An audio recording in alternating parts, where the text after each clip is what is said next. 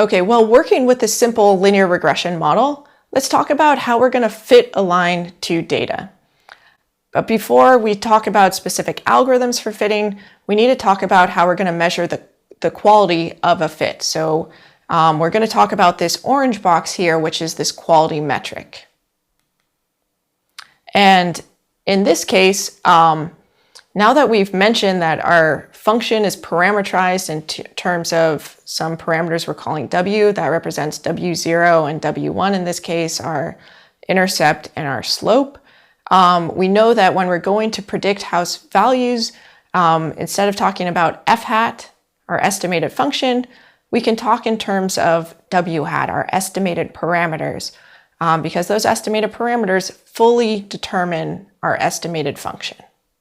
So we're going to modify this block diagram and replace f hat now with w hat and talk about estimating these parameters w. So what's the cost of using a specific line? Well, the one we're going to talk about here, and the one that we focused on in the first course of the specialization, is residual sum of squares.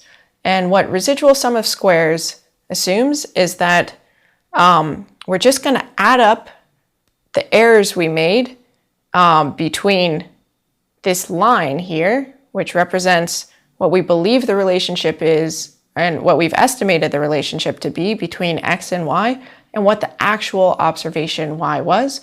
So we're going to take each one of these errors or residuals and, sorry, I should be clear. I talked about error as the epsilon I. The error was part of my model. A residual is a difference between a prediction and an actual value. Okay, so I want to make sure that that's clear. So that's why this is called residual sum of squares. So this is the formula that we presented in the first course of the specialization. So I'll run through it fairly quickly. Our residual sum of squares is going to be a function of our two parameters, W0 and W1. That determines what line we're looking at. So of course, as I change that line, we're changing the cost, this cost term RSS.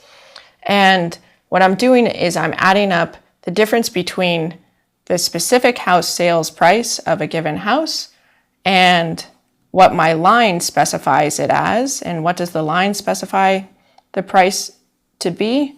Well, it specifies it as W0 plus W1 times however many square feet this house had.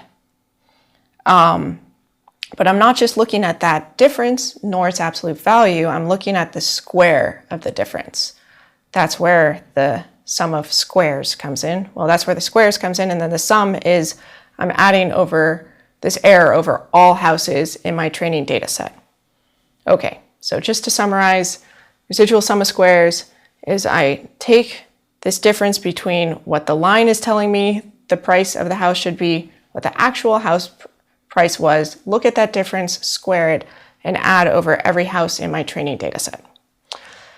So we saw this equation before, but now I'm going to write it more compactly, and we're going to work with this form throughout the rest of this module and of forms like this in the rest of the course, where I've introduced this notation, this capital sigma, where what this means is if I write sigma and I write an I equals 1 on the bottom of this Greek letter and a capital N at the top of this Greek letter, then what I'm saying is I'm summing over some quantity. I'll just generically look at some quantity AI.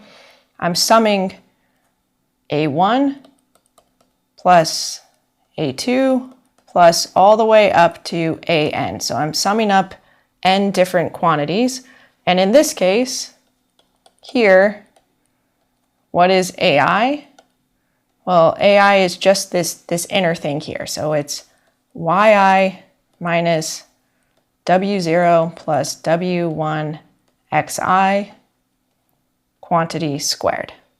Okay, so this is just shorthand notation for what we had on the previous slide where we're summing over all houses in the training data set, but instead of writing this thing in English or writing out this really massive sum over thousands and thousands of houses, I'm going to write it compactly like this. Okay, so now that we have this notation, let's talk about how we think about finding the best line.